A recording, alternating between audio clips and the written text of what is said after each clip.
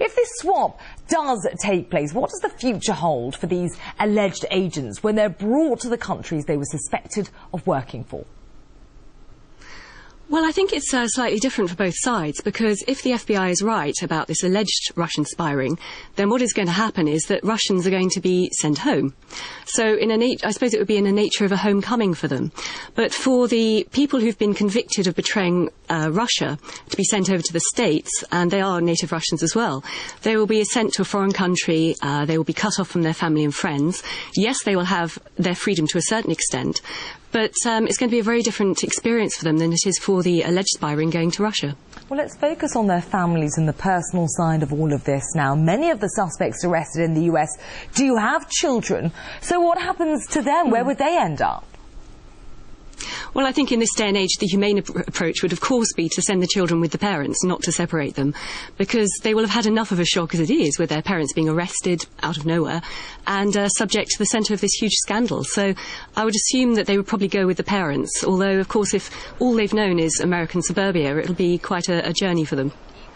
Now, the main players in all this are, of course, from Russia and the US. So what's the role of the UK in this reported exchange?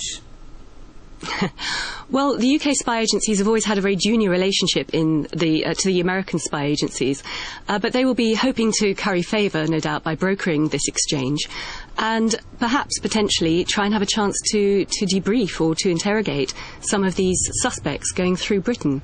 There's been a lot of focus in the UK, certainly on the case of Anna Chapman, because she apparently lived in London for about 4 years, and there has been speculation in the UK press that she was indeed recruited, according to the FBI, to spy while she was in London. So I should imagine that the UK spies would be very interested in trying to have a word with her.